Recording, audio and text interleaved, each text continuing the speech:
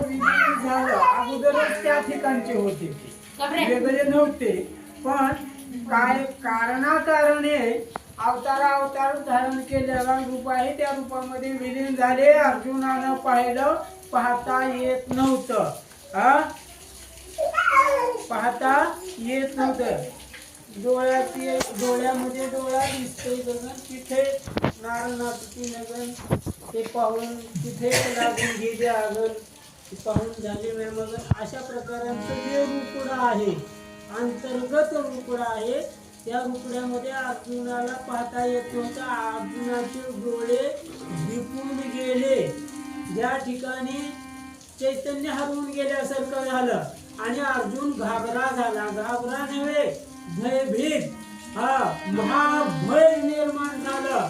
विराट रूपाचं दर्शन झाल्यावर तेच होतं ते, पण त्या ठिकाणी साथ देणारा किंवा पाठीराखा मजबूत असला तर टिकतो, नाही तर मरतो, अशी प्रकार आहे.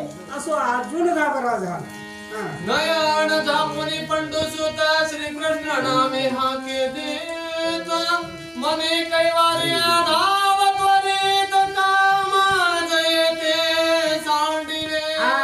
अर्जुनानं डोळे झापले तरी ते रूप डोळ्यातलं लपत नसतं. डोळे झापले तरी डोळ्यामध्ये दृष्टीला येतच असते, असं रूपडं आहे.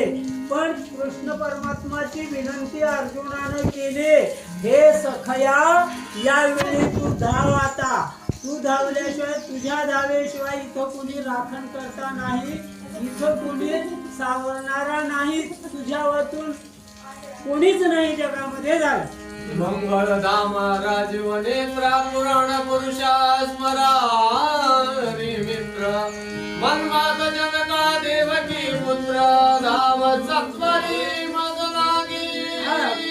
काही वेळेला मुलातलं वर्णन करत शेवटाला यावं लागतं. त्याप्रमाणे ज्यांनी वर्णन केलं, महादेवाचा मित्र असणाऱ्या, सगळ्या जगाचा जनिता असणाऱ्या, शेवटी देवकीचा पुत्र असणाऱ्या कृष्ण परमात्मा आता वेगी धाव आणि मला या ठिकाणाहून सोडव, बाहेर काढ वगैरे.